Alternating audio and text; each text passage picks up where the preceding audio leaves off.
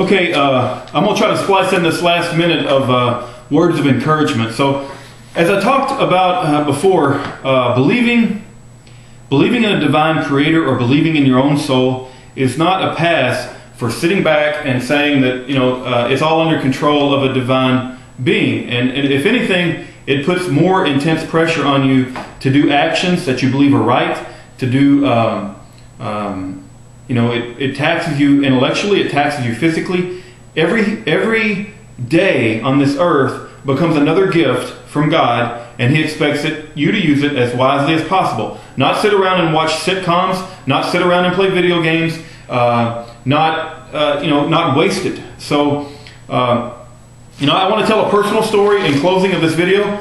I haven't been to church in like 15 years, and that may surprise a lot of you. If anybody said, hey, why is Rudy the guy who's out putting out videos about soul and God, you would have totally shocked them, right? I am not what you consider your average religious church-going person. But having stated that, I have not been to church in over 15 years. I went to church this morning for the first time. And, I got to say it was less than 25, 30 people in the whole church. And the message of God has not changed in 15, 20 years. It's exactly the same as it was when I was in my 20s and I went to an Assembly of God church in my 20s. The preacher was younger than me. He preached a message of humility. He preached about a God that is in control and that we are responsible for our lives. And I got to tell you, it was very refreshing. And I am hugely comforted by the fact that churches like that exist. I probably will go back next Sunday. I found it an incredibly fulfilling event in my life to go back to church again for the first time in 15 years, and I probably will go back again. So having stated that, I see people awakening all over this country. I see people on YouTube that are awakening, and I'm very hopeful about that. It's very inspiring.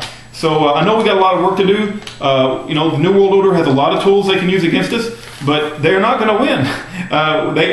As long as there's a few core of us that are willing to stand up and speak the truth and be courageous, they don't have a chance. They don't have a chance in hell of overturning God's will on this earth. And I truly believe that, and I feel comforted by that. So I'm going to continue to live my life as best I can and to follow the path of goodness as best I can. And I just feel it's an extremely comforting and fulfilling and rewarding way to live your life. That's all I got. Take care. God bless.